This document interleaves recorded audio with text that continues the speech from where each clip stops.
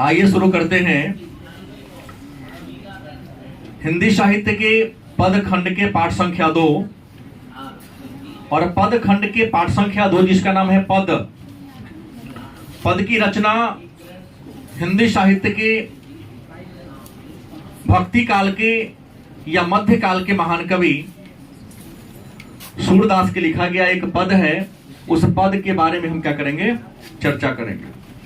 तो आइए शुरू करते हैं। पद जिसके लेखक कौन है, सूरदास। और सूरदास ने जिस पद को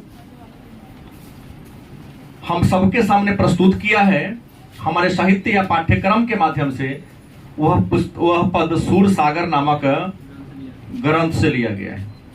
पद को पढ़ने से पहले हम ये जानेंगे कि ये सूरदास थे कौन, इनका जन्म कब हुआ, इनके पिता का नाम क्या था, इनकी प्रमुख रचनाएं कौन कौन थी और साहित्य के क्षेत्र में इनका उपलब्धि क्या है, योगदान क्या है।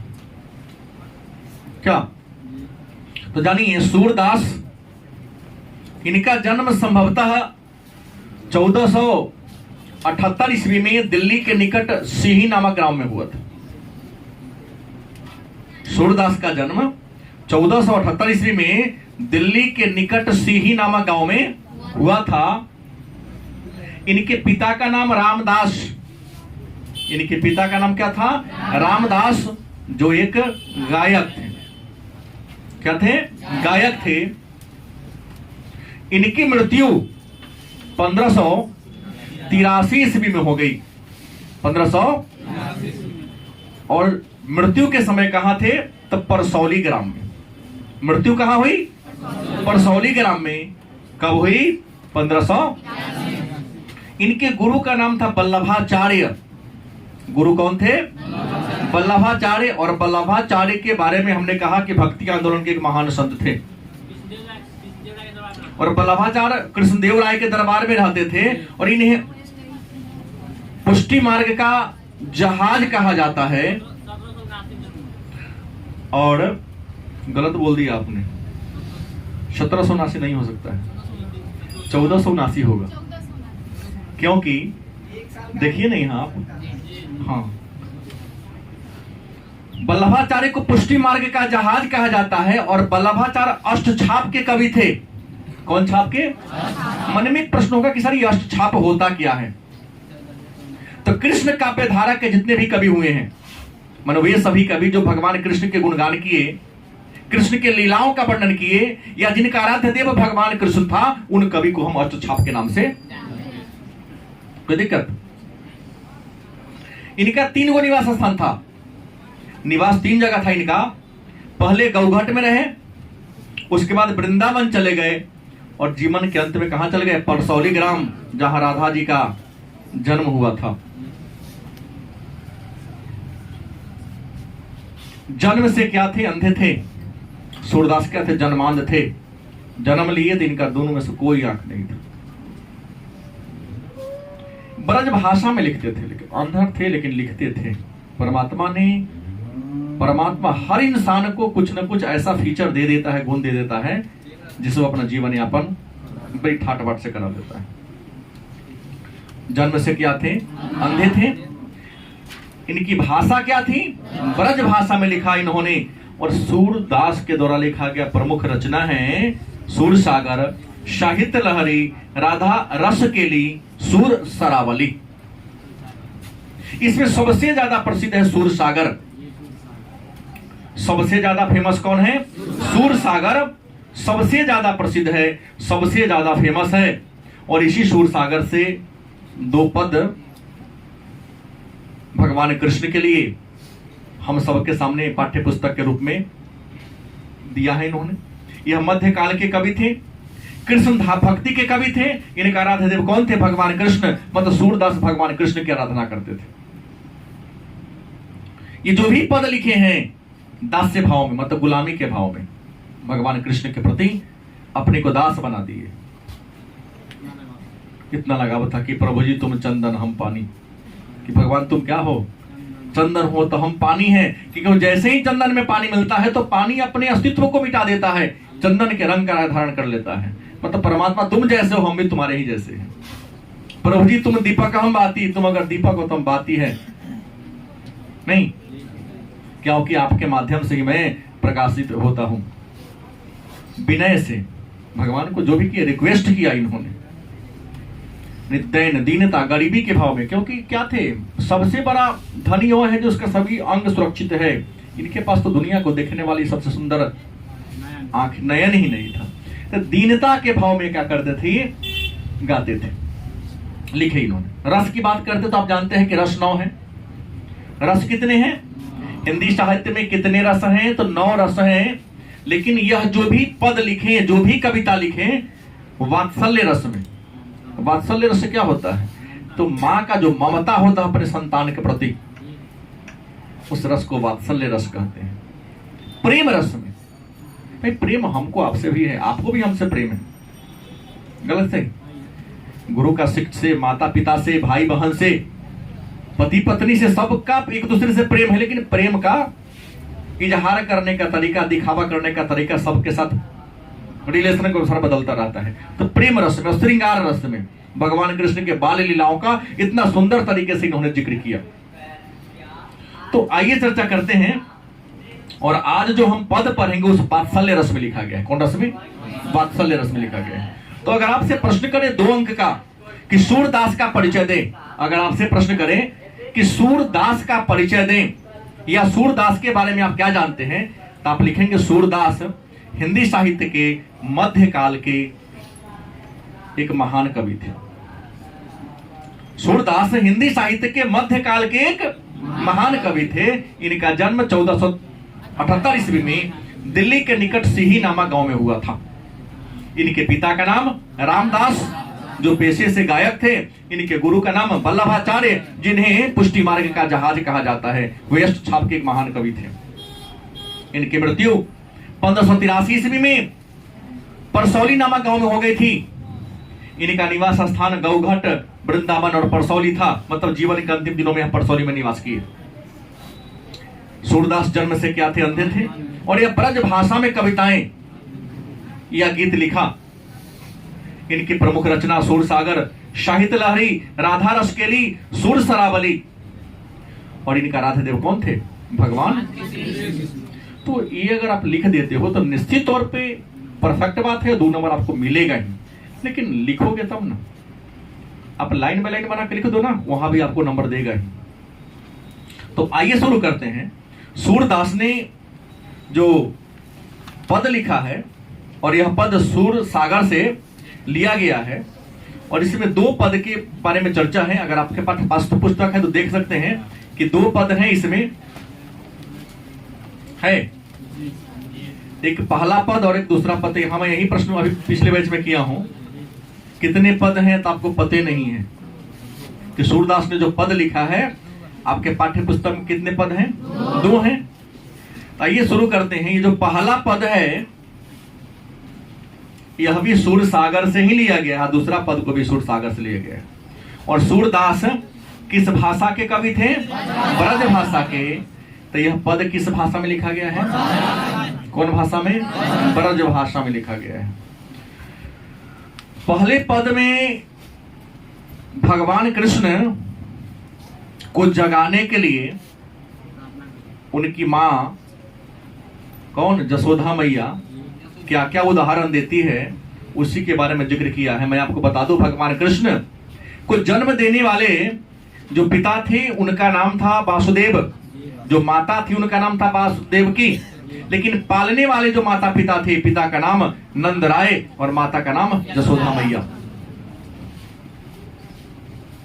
मतलब भगवान कृष्ण का बचपन माता यशोदा के अंचल में, उनके आंगन में, नंद राय के दरवाजे पर, उनके खेत खलिहान में भगवान कृष्ण का बचपन बीता। छोटा बच्चा जब सोया रहता है, जब आप लोग छोटे रहे होंगे, बहुत छोटे, तो पहले तो बहुत जायद सुतल 2 घंटा ठीक है, हल्ला नहीं करेगा। लेकिन ज्यादा देर सो गए, माँ की चिंता बढ़ जाती है, अरे बहुत देर हो गई, क्यों नहीं जगा? ओ हाँ, नहीं सुतल ठीक है, काम हो गया। काम करके आधा काम होगा, नहीं जगी, देहात तो है कि कहीं बुखार उखार ना तो लागल है, नहीं, बेचैनी माता की क्या होती है, बढ़ जाती है। माँ का प्रेम है ये। नहीं सुता तो सुताने के लिए नाना प्रकार के गीत भजन गा के सुना देगी। कहीं समय पर जग नहीं जगे तो एक पहले और 1 घंटा सुतने तो कोई दिक्कत नहीं है। देर सो गए वो टेंशन, सो गया फिर भी टेंशन, ना सोया। माँ का क्या है ये, ममता है, प्रेम है।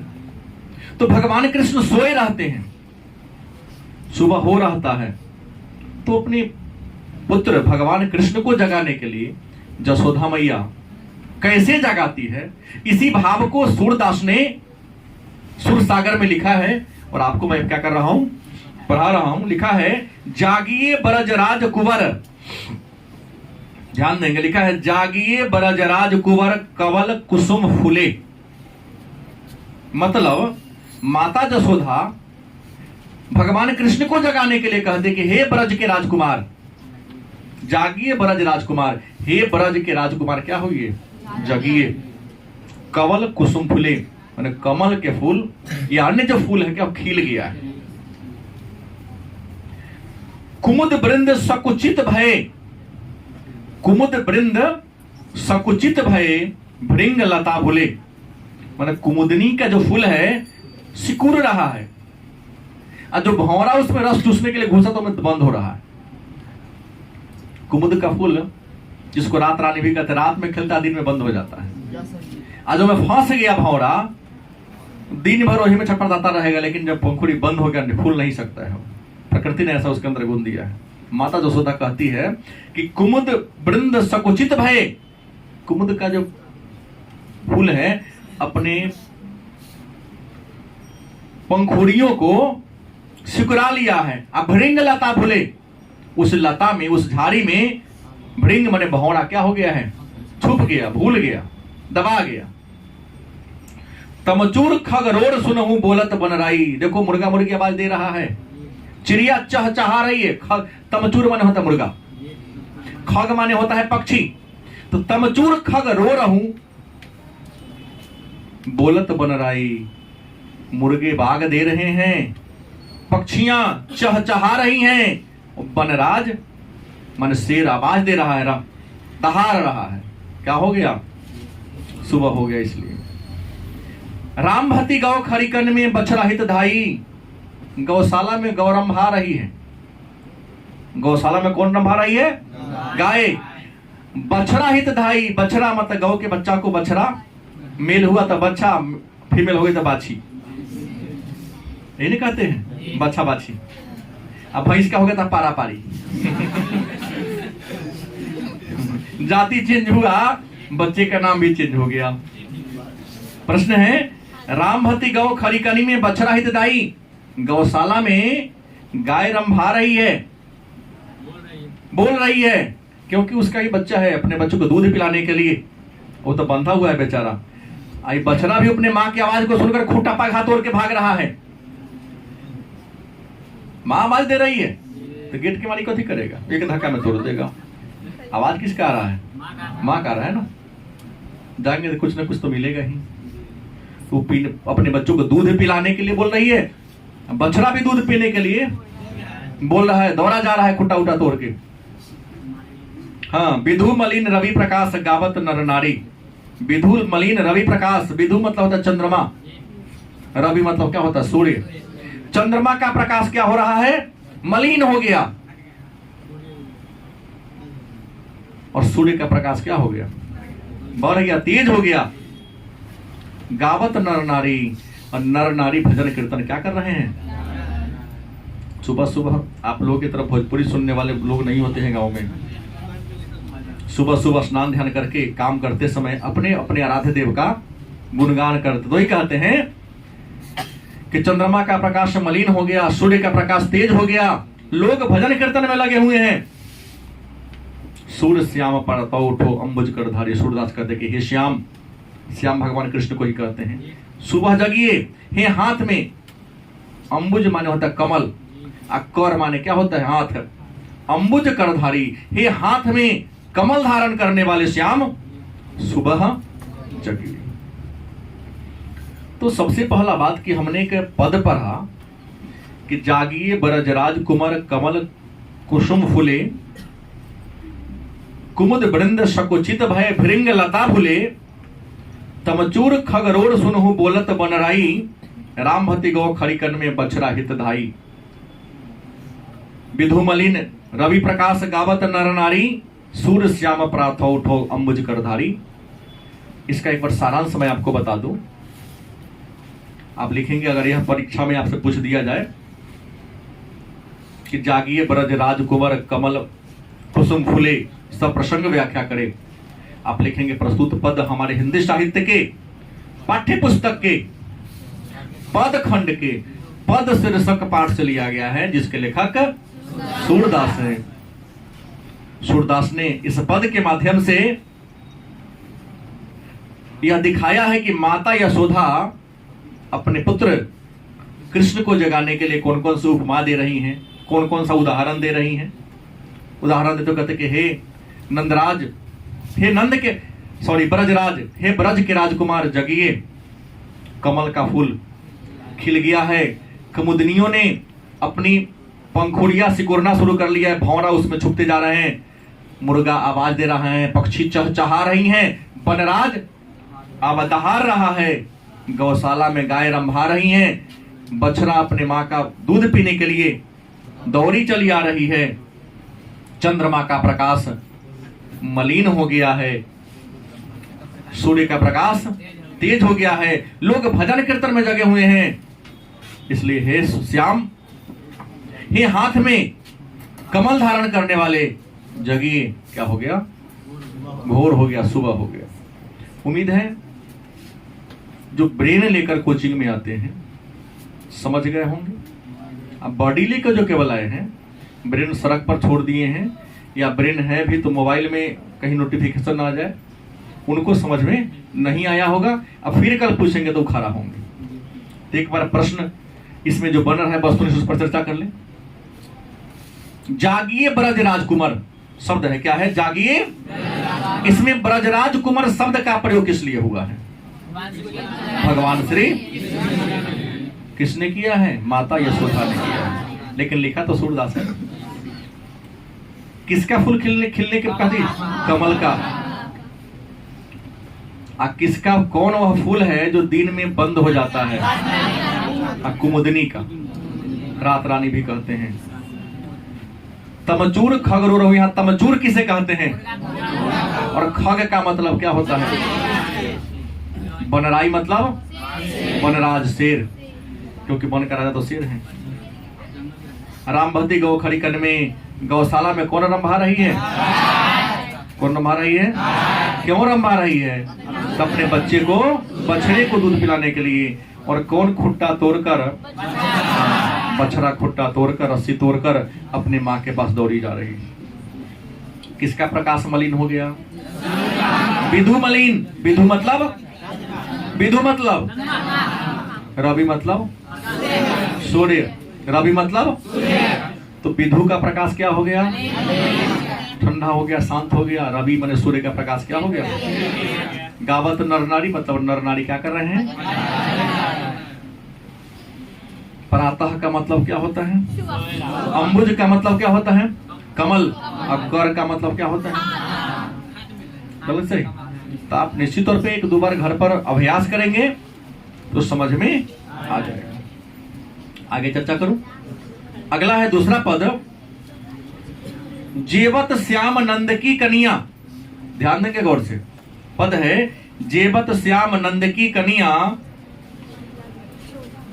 जेवत का मतलब तो भोजन करना, जेवना मतलब श्याम भगवान कृष्ण को कहते हैं। नंद माने उनके पिता, और कनिया माने होता है गोद। हर्षिकार है, देख लीजिए, कौन न हर्षिकार नी और या चंद्रबिंदु, कनिया हर्षिकार है, मतलब गोद होता है। अब गोद का मतलब हमें बताना पड़ेगा। यार माई के गोद में बउआ केना लगे छे बच्चा में? अपने पिता के गोद में नहीं बैठे हो? ब्रज भाषा में कन्या का मतलब क्या होता है? गोद। लिखे है कि जेवत श्याम नंद की कन्या, भगवान कृष्ण अपने पिता नंद के गोद में बैठकर क्या कर रहे हैं? भोजन कर रहे हैं। लड़का तो छोटी थी तब की कहानी। जेवत श्याम नंद की कन्या माने भगवान कृष्ण किसके गोद में बैठकर भोजन कर रहे हैं? नंद के। नंद कौन है? भगवान कृष्ण के बालक के पिता हैं। कन्या माने क्या होता है? अब कल यही प्रश्न पूछेंगे तो नहीं आएगा। उनको लगता है कि सारा बच्चा हमारा अमेरिका, ब्रिटेन, फ्रांस का आके पढ़ता है, तो ग्रामीण शब्द को कहता है समझते ही नहीं। मतलब झूठ मूठ के स्टाइल दिखावा हो गया कि मैं नहीं जान रहा हूं। तो जेवत श्याम नंद की कन्या, मतलब भगवान कृष्ण अपने पिता नंद के गोद में बैठकर भोजन कर रहे हैं। कछुक खात कछु धरनी गिरावत, छवे निरखत नंद रनिया, मतलब कुछ खाते हैं और कुछ धरती पर। कछुक खात कछु धरनी गिरावत, छवे निरखत नंद रनिया, मतलब कुछ खाते हैं और कुछ धरती पर गिराते हैं। यह छवि, यह दृश्य कौन? नंद रानी देख रही है, मतलब नंद की पत्नी और भगवान कृष्ण की माँ देख रही है, बड़ा खुश हो रही है। छोटा बच्चा जब खाता है, खाएगा थाली के चारों तरफ से उठाएगा, पूरा भर मुट्ठी मुंह में जाएगा दाना। अब पूरा एरिया में आंख धोखा, कई बार तो कपार ऊपर 100 में लग जाता है, क्योंकि बैलेंस नहीं है ना। उठाएगा मुंह में जाएगा, एक बार ऊपर गया नहीं, कई बार तक खाने के क्रम में मुंह नाक सब भोंक लेता है। क्या सिद्धार्थ? मोतीलाल कहा कि सर लड़का में बड़ी बदमाशी किया, मुंह हाथ कई बार खाने में भोंक लिए हुआ है। खाता था मुंह में, हाथ जाता था नाक में। सारे बच्चे करते हैं। टॉफी दे दो तो खाएगा कम, अगल बगल पूरा लगा लेगा। ऐसा होता है क्योंकि हाथ का बैलेंस उसके पास नहीं होता। तो ही कहा कछुक खात कछु धरनी गिरावत, छवे निरखत नंद रनिया, कुछ खाते हैं कुछ धरती पर क्या करते हैं। यह दृश्य कौन दिख रही है? नंद रानी दिखा रही, जसोदा मैया दिखा रही। बड़ी बड़ा बेसन बहुभातिन, व्यंजन विविध अगनिया, बड़ी बनाई हुई है क्योंकि बच्चा खा रहा है। ये नहीं कि फलनमा के घर में आलू के पकौड़ी बन गया, आलू के चॉप बन गया, नहीं, परवल का पकौड़ी बन गया, गोभी का पकौड़ी बन गया। अपना पास तो सब है, वो चीज नहीं है। इसलिए माता जसोदा क्या की है, पहली बार भगवान कृष्ण भोजन करना ही शुरू किए हैं। अब ये नहीं कि ओकरा घर बनल है हम वही खाएंगे। राज परिवार में जन्म सब चीज बना दी, जितना प्रकार के पकवान होता है। इसलिए सूरदास लिखते हैं बड़ी बड़ा बेसन बहुभातिन, बड़ी बनाए हैं, बड़ा बनाए हैं, और बेसन से हजारों प्रकार के क्या बना दिए, पकवान बना दिए। तो ये नहीं कहे कि हम फलाना चीज ना खाएंगे, फलाना चीज खाना है, जो मन में उठ खाओ, दोबारा हल्ला करने का मौका मत दो, सब बना कर दिया। बड़ी बड़ा बेसन बहुभातिन, व्यंजन विविध अगनिया, बड़ी बड़ा और विभिन्न प्रकार तो बना हुआ है, इसके अतिरिक्त भी हजारों प्रकार के पकवान उनके आंगन में थाली में सजा के रखा गया है। दारत खात लैत अपने कर, रुचि मानत दधी दुनिया। आंगन में घूमते हैं, टहलते हैं, और जिस पकवान में से मन होता है एक उठा लेते हैं, खा के फेंक देते हैं। क्यों? क्योंकि नहीं पसंद क्या है, मिट्टी के बर्तन में जमाया हुआ दही। रुचि मानत दधी दुनिया, दही का जो दोना है छोटा छोटा, जो मिट्टी के पात्र में जमा हुआ, वो भगवान कृष्ण को ज्यादा पसंद है। मिश्री दधी माखन मिश्रित करी, मुख नावत छवि धनिया। मिश्री, दही और मक्खन में मिलाया हुआ मिश्री, इनको और ज्यादा पसंद है। खाते हैं और मुंह के चारों जो लगाते हैं, कहते ये दृश्य तो देखने में ही बनता है। आपुन खात नंदमुख नावत, सो छवि कहत न बनिया। क्या लिखते हैं? आपुन खात नंदमुख नावत, क्योंकि बैठ के तो बाबूजी के जोरे खा रहे हैं, तो अपने हाथ से खुद खाते हैं। कभी कभी छोटे बच्चों को खिला के देखिएगा, भैया भतीजा भतीजी हो चाहे छोटा भाई हो, बैठा के तुम खिलाओगे ना, वो प्रयास करेगा भैया के हाथ से ना खाएंगे, अपने खाएंगे नहीं। कई बार देखिएगा वो खाएगा, उठा को यहाँ तुरु खिलाएगा। तुम खिलाओगे तो भी तुमको क्या करने आएगा, खिलाएगा, बदला सधाएगा, तुम खिला क्यों नहीं तो मैं क्यों नहीं खिला सकता। तो भगवान कृष्ण बचपन में क्या करते, आपुन खात नंद मुख नावत, अपने हाथ से खुद खाते हैं, अपने हाथ से अपने पिता को भी क्या करते हैं। सो छवि कहत न बनिया, इस दृश्य का सूरदास कहते हैं कि वर्णन करना मेरे बस की बात, क्योंकि बाल लीला का वर्णन करने की कोई कवि कल्पना कर ले, समझ लो कवि नहीं है। माता और पुत्र में जो प्रेम होता है माता पिता का अपने संतान से जो प्रेम होता है, इसका वर्णन करना भी क्या है, बड़ा कठिन है। लिखा कि आपन खात नंदमुख नामत, अपने खाते हैं उसी हाथ से अपने पिता नंद को खिलाते हैं। इस दृश्य का वर्णन करना संभव बहुत ही मनोरम दृश्य है, अकथनीय दृश्य है। जो रस नंद जसोदा बिलसत, सो नहीं तिहु भुवनिया। जो आनंद माता यशोदा महसूस कर रही है अपने पुत्र कृष्ण को खाते समय, जो रस नंद जसोदा बिलसत, जो रस जो आनंद माता जसोदा महसूस कर रही है, वह आनंद इस ब्रह्मांड में कहीं नहीं है। भोजन करी नंद आचमन लीन्हो, भोजन करने के बाद नंद बाबा क्या करते हैं, कुल्ला गलाली कर लेते हैं। आचमन करना मतलब क्या होता है, कुल्ला गलाली करना। मागत सूर जूठनिया, सूरदास क्या करते हैं, जूठा मांगते हैं, जो थाली में बच गया ना हमको दे दीजिए। ये तो नाना प्रकार के पकवान हैं, और वो भी हमारे आराध्य भगवान कृष्ण का जूठा है, क्योंकि हम खा के परमार्थ को क्या करेंगे, प्राप्त कर लेंगे। समझ में आया होगा, दोबारा कहना पड़ेगा, ये तो आसान हो गया। इससे जुड़ा हुआ कुछ छोटे छोटे प्रश्न मैं आपके सामने चर्चा करूं। लिखा है, जेवत श्याम नंद की कन्या, भगवान अपने नंद पिता नंद के गोद में बैठकर खा रहे हैं, क्योंकि कन्या मतलब क्या होता है, और जेवत मतलब क्या होता है, भोजन करना। कुछ खाते हैं और कुछ कहां गिराते हैं, कुछ खाते हैं और कहां गिराते हैं। और किस प्रकार के पकवान जसोदा मैया ने बनाई है, नहीं, कौन चीज का, बेसन का बड़ी बारा बनाई है। लेकिन भगवान कृष्ण को क्या पसंद है, दही पसंद है, माखन मिश्री पसंद है। अपने खाते और किसके मुंह में खिलाते हैं। यह दृश्य किसको अच्छा लग रहा है, और नंद जी तो आचमन कर लिए, कुल्ला गलाली कर लिए, झूठ कौन मांग रहा है। इसका निचोड़ के ना है, सूरदास मांगे, जसोदा मैया मांग रहे हैं। अभी पढ़ाई अभी गायब हो गया।